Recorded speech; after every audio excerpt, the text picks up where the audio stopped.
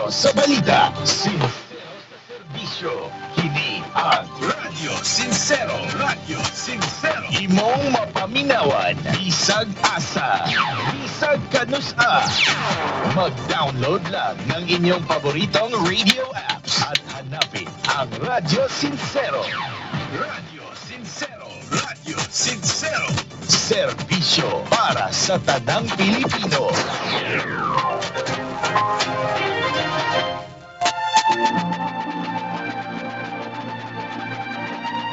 We have come to the day's end. Let us rest from the day's work, that we may awaken, refreshed and renewed. God, in your mercy, we have this time to rest. We thank you for your unfailing help and protection this day.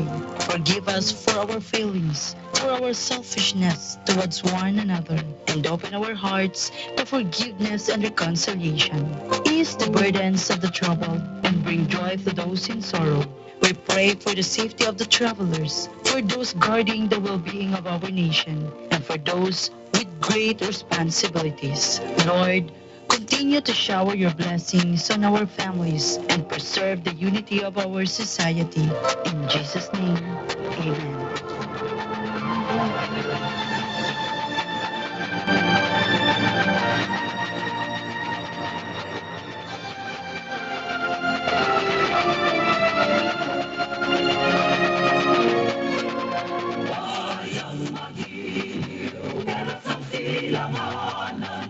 Alam ng puso, sa titik mo'y buhay. Lupang hihirang, buyan na ng magiting sa